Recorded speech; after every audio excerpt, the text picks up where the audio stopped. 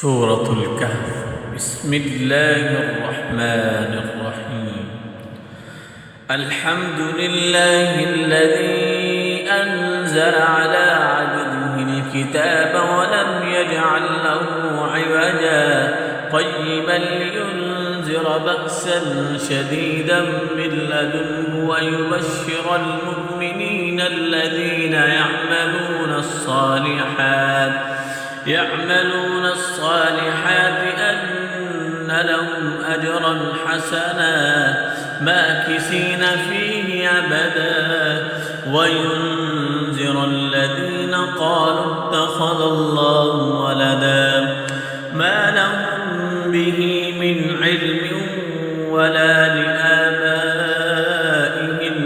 كبرت كلمة تخرج من أفواههم إن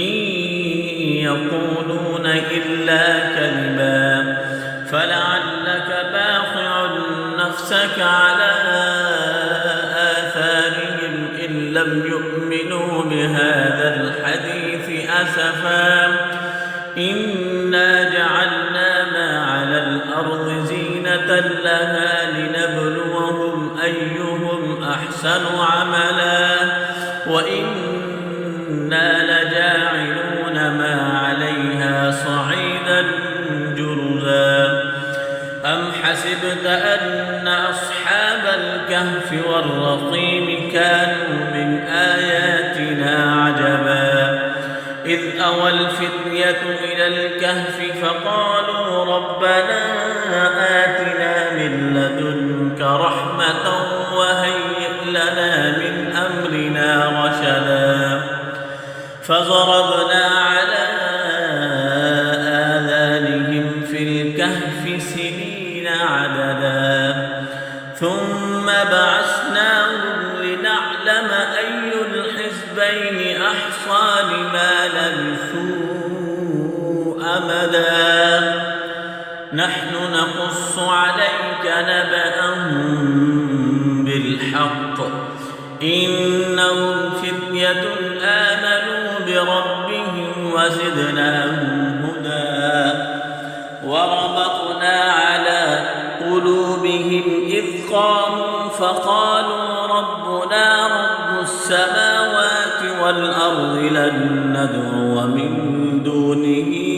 إلها لقد قلنا إذا شططا هؤلاء قوم اتخذوا من دونه آلهة لولا يأتون عليهم بسلطان بين فمن أظلم ممن افترى على الله كذبا وإذ اعتزلتموهم وما يعبدون إلا الله فأووا إلى الكهف ينشر لكم ربكم من رحمته ويهيئ لكم من أمركم مرفقا وترى الشمس إذا طلعت تزاور عن كهفهم ذات اليمين وإذا غربت تقرضهم ذات الشمال وهم في فجوة منه ذلك من آيات الله من يهد الله فهو المهتد ومن يضلل فلن تجد له وليا مرشدا وتحسبهم أيقاظا وهم رقود ونقلبهم ذات اليمين وذات الشمال وكلبهم باسط ذراعيه بالوصيد لئن اطلعت عليهم لوليت منهم فرارا ولملئت منهم رعبا وكذلك بعثناهم ليتساءلوا بينهم قال قائل منهم كم لبثتم قالوا لبثنا يوما أو بعض يوم قالوا ربكم أعلم بما لبثتم فبعثوا أحدكم بورقكم هذه إلى المدينة فلينظر أيها أزكى طعاما فليأتكم برزق منه وليتلطف ولا يشعرن بكم أحدا إنهم إن يظهروا عليكم يرجموكم أو يعيدوكم في ملتهم ولن تفلحوا إذا أبدا وكذلك أعثرنا عليهم ليعلموا أن وعد الله حق وأن الساعة لا ريب فيها إذ يتنازعون بينهم أمرهم فقالوا ابنوا عليهم بنيانا ربهم أعلم بهم قال الذين غلبوا على أمرهم لنتخذن عليهم مسجدا سيقولون ثلاثة رابعهم كلبهم ويقولون خمسة سادسهم كلبهم رجما بالغيب ويقولون سبعة وثامنهم كلبهم قل ربي أعلم بعدتهم ما يعلمهم إلا قليل فلا تمار فيهم إلا مراء ظاهرا ولا تستفت فيهم منهم أحدا ولا تقولن لشيء إني فاعل ذلك غدا إلا أن يشاء الله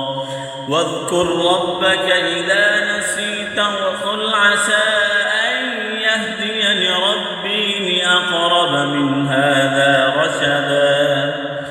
ولبثوا في كهفهم 300 سنين وازدادوا 9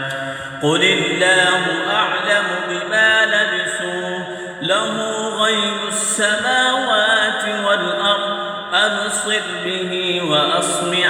ما لهم من دونه من ولي ولا يشرك في حكمه أحدا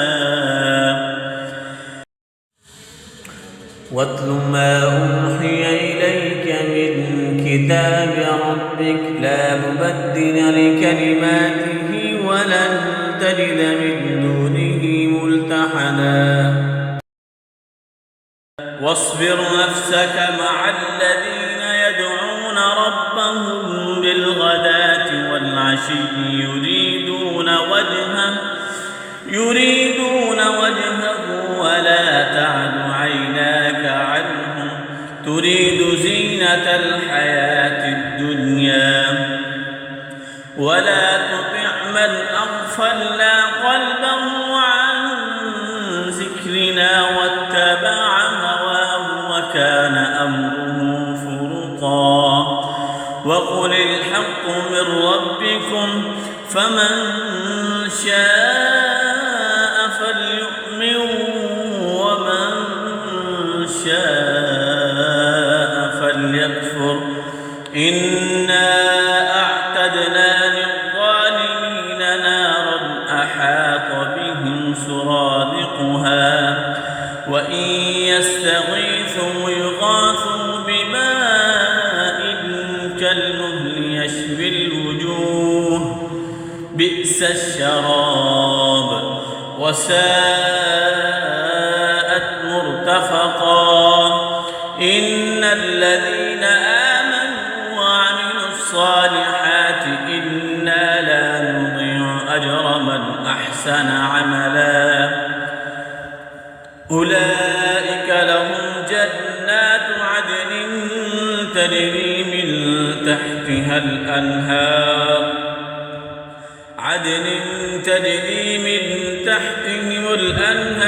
يحلون فيها من أساور من ذهب ويلبسون ثيابا خضرا من سندس واستبرق متكئين فيها على الأرائك نعم الثواب وحسنت مرتفقا. واضرب لهم مثل الرجلين جعلنا لأحدهما جنتين من أعناب وحففناهما بنخل وجعلنا بينهما زرعا كلتا الجنتين آتت أكلها ولم تظلم منه شيئا وفجرنا خلالهما نهرا وكان له ثمر فقال لصاحبه وهو يحاوره أنا أكثر منك مالا وأعز نفرا. ودخل جنته وهو ظالم لنفسه قال ما أظن أن تبيد هذه أبدا وما أظن الساعة قائمة ولئن رددت إلى ربي لأجدن خيرا منها منقلبا. قال له صاحبه وهو يحاوره أكفرت بالذي خلقك من تراب ثم من نطفة ثم سواك رجلا لكن هو الله ربي ولا أشرك بربي أحدا. ولولا إذ دخلت جنتك قلت ما شاء الله لا قوة إلا بالله إن ترني أنا أقل منك مالا وولدا فعسى ربي أن يؤتيني خيرا من جنتك ويرسل عليها حسبانا من السماء فتصبح صعيدا زلقا أو يصبح ماؤها غورا فلن تستطيع له طلبا. وأحيط بثمره فأصبح يقلب كفيه على ما أنفق فيها وهي خاوية على عروشها ويقول يا ليتني لم أشرك بربي أحدا. ولم تكن له فئة ينصرونه من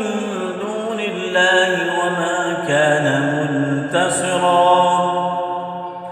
هنالك الولاية لله الحق هو خير ثوابا وخير عقبا. واضرب لهم مثل الحياة الدنيا كماء أنزلناه من السماء فاختلط به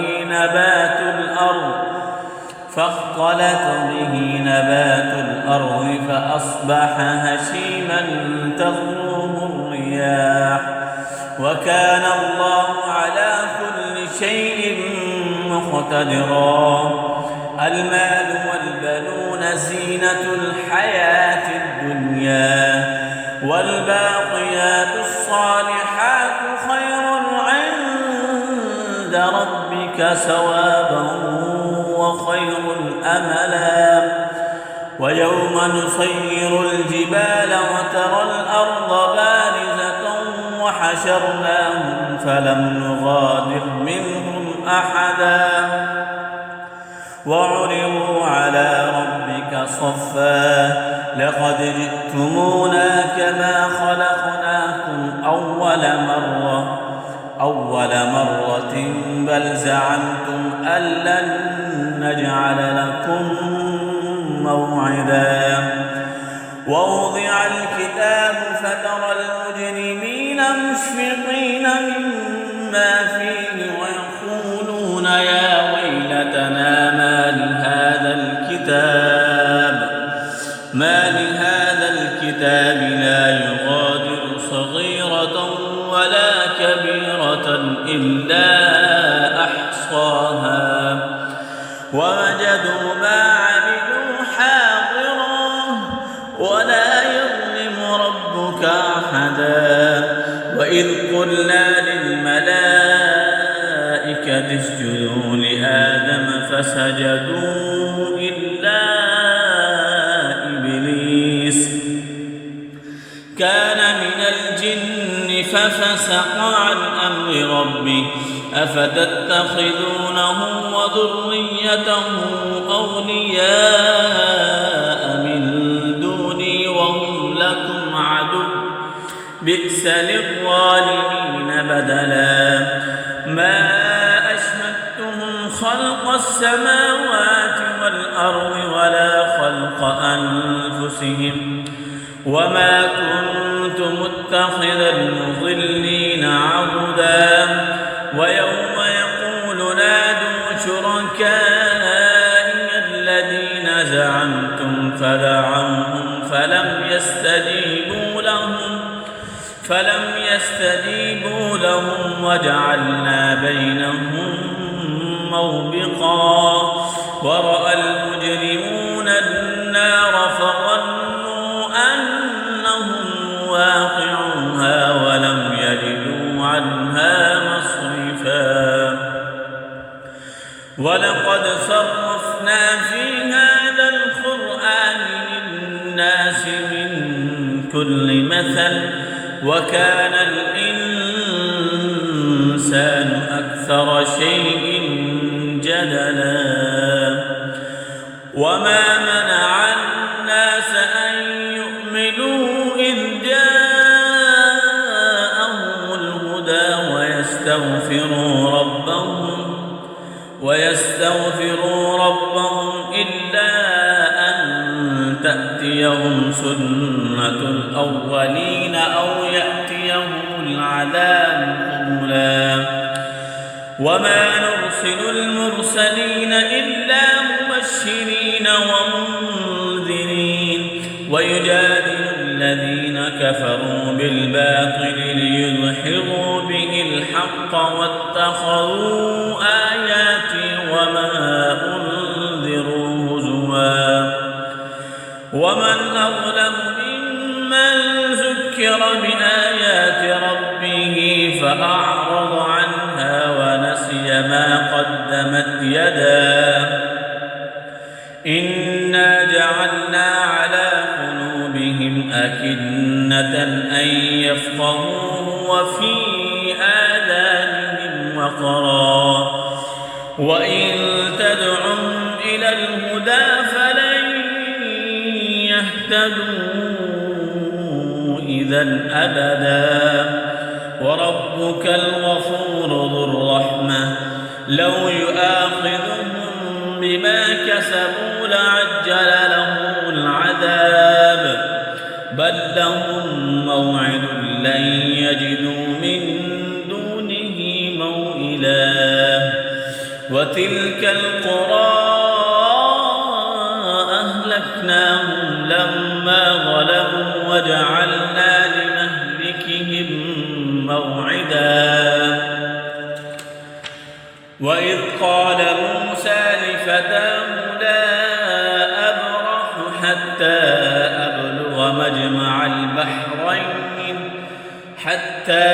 أبلغ مجمع البحرين أو أمضي حقبا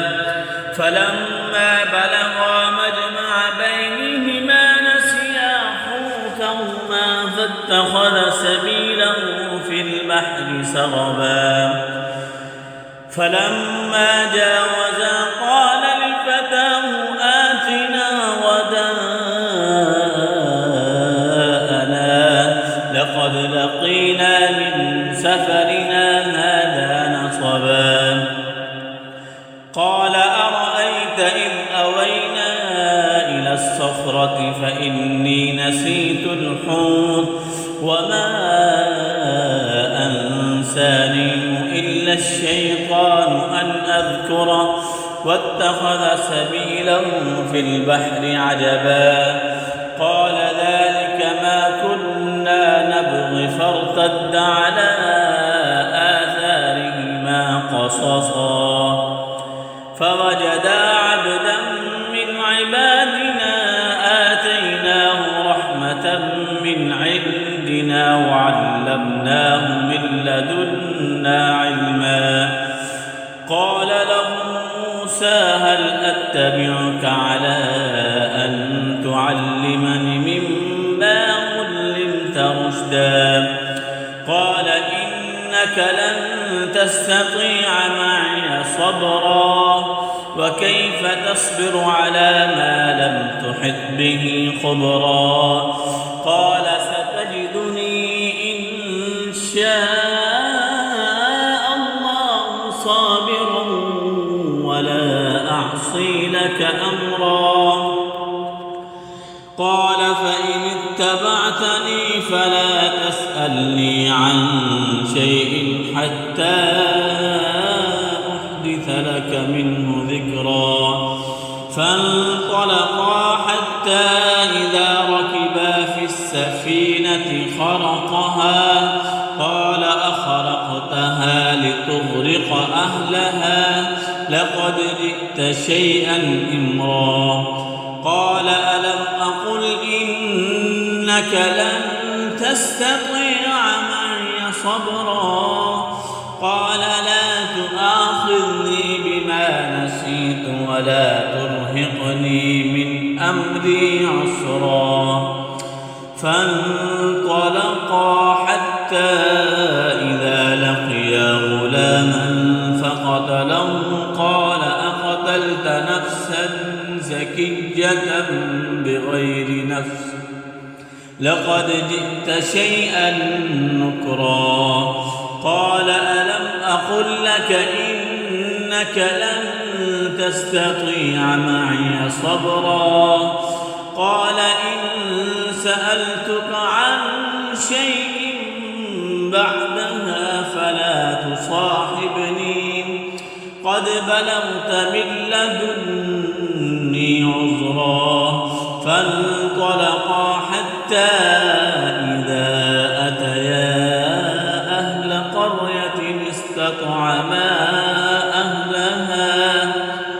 أهلها فأبوا أن يضيفوهما فوجدا فيها جدارا يريد أن ينقض فأقامه قال لو شئت لاتخذت عليه أجرا قال هذا فراق بيني وبينك سأنبئك بتأويل ما لم تستطع عليه صبرا السفينة فكانت لمساكين يعملون في البحر فأردت أن أعيبها وكان وراءهم ملك يأخذ كل سفينة غصبا وأما الغلام فكان أبواه مؤمنين فخشينا أن يرهقهما طغيانا وكفرا فأردنا أن يبدلهما ربهما خيرا منه زكاة وأقرب رحما وأما الجدار فكان لغلامين يتيمين في المدينة وكان تحته كنز لهما وكان أبوهما صالحا فأراد ربك أن يبلغا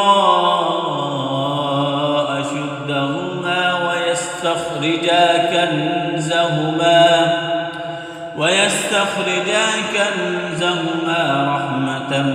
من ربك وما فعلته عن أمري ذلك تأويل ما لم تسطع عليه صبرا ويسألونك عن ذي القرنين قل سأتلو عليكم منه ذكرا إنا مكنا له في الأرض وآتيناه من كل شيء سببا فأتبع سببا حتى إذا بلغ مغرب الشمس وجدها تغرب في عين حمئة ووجد عندها قوما قلنا يا ذا القرنين إما أن تعذب وإما أن تتخذ فيهم حسنا قال أما من ظلم فسوف نعذبه ثم يرد إلى ربه فيعذبه عذابا نكرا وأما من آمن وعمل صالحا فله جزاء الحسنى وسنقول له من أمرنا يسرا ثم أتبع سببا حتى إذا بلغ مطلع الشمس وجدها تطلع على قوم لم نجعل لهم من دونها سترا كذلك وقد أحطنا بما لديه خبرا ثم أتبع سببا حتى إذا بلغ بين السدين وجد من دونهما قوما لا يكادون يفقهون قولا قالوا يا ذا القرنين إن يأجوج ومأجوج مفسدون في الأرض فهل نجعل لك خرجا على أن تجعل بيننا وبينهم سدا قال ما مكني فيه ربي خير فأعينوني بقوة أجعل بينكم وبينهم ردما آتوني زبر الحديد حتى إذا ساوى بين الصدفين قال انفخوا حتى إذا جعله نارا قال آتوني أفرغ عليه قطرا فما استطاعوا أن يظهروه وما استطاعوا له نقبا قال هذا رحمة من ربي فإذا جاء وعد ربي جعله دكا وكان وعد ربي حقا وتركنا بعضهم يومئذ يموج في بعض ونفخ في الصور فجمعناهم جمعا وعرضنا جهنم يومئذ للكافرين عرضا الذين كانت أعينهم في غطاء عن